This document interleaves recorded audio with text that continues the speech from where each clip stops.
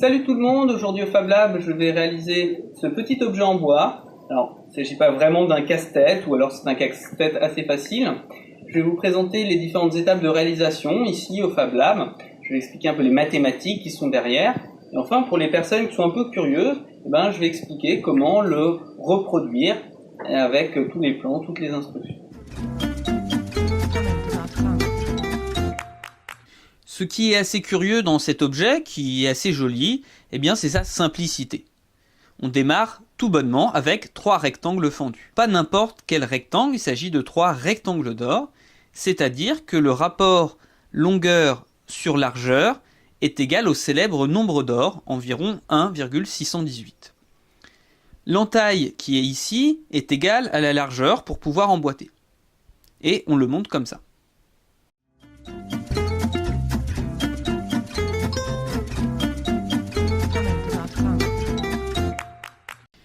Et là où ça devient étonnant, c'est que si on relie les sommets des rectangles par du fil ou des arêtes imaginaires, on obtient un solide régulier à 20 faces triangulaires qu'on appelle l'icosaèdre.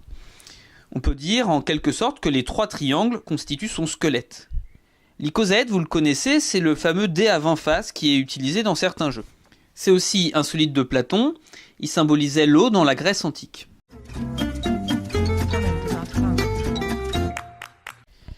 Pour concevoir l'objet, j'utilise le programme de géométrie le plus intuitif que je connaisse, GeoGebra. Vous pouvez refaire la figure chez vous, 3 rectangles de côté 10 x 16,18, 2 qui sont fendus au milieu et 1 fendu jusqu'au bord. Vous pouvez retrouver mon fichier en lien dans la description, il permet de régler les dimensions et l'épaisseur si vous voulez reproduire l'objet. GeoGebra permet d'exporter le fichier en SVG, un format d'image vectoriel, c'est-à-dire sans pixels. Puis, avec le logiciel libre Inkscape, j'enregistre au format DXF qui est adapté à la découpe laser.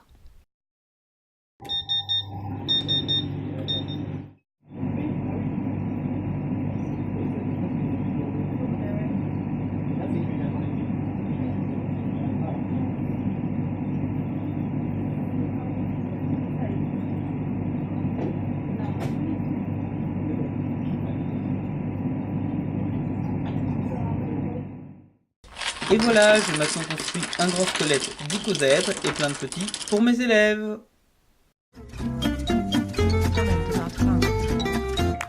Bon, il n'y a pas besoin de découpeuse laser pour réaliser cet objet. On peut tout simplement le faire en utilisant du carton et du papier. Je place ma règle sur l'un des bords et je trace 3 rectangles de 8 cm de largeur.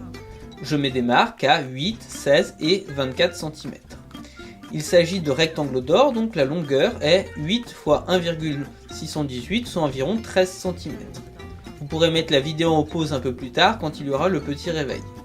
Je trace la parallèle au bord, puis je refais des marques à 8, 16 et 24 cm. Je trace maintenant mes 3 rectangles.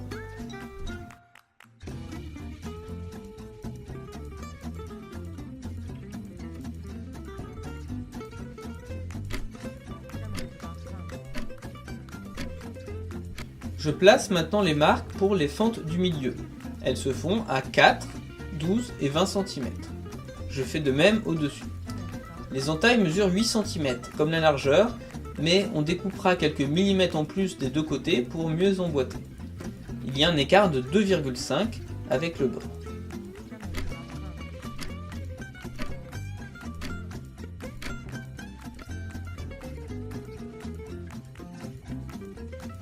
Je vais maintenant découper mes 3 rectangles. Celui qui a une fente au bord est facile à découper. Pour les autres, c'est un peu plus embêtant. On peut plier, mais ça fait une petite pliure, c'est pas forcément joli.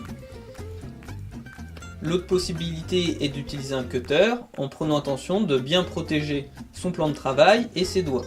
Il faut découper quelques petits millimètres en plus pour pouvoir emboîter.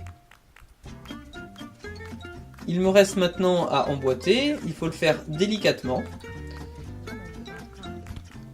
Le bord peut parfois être légèrement déformé à cause des pressions exercées sur le papier.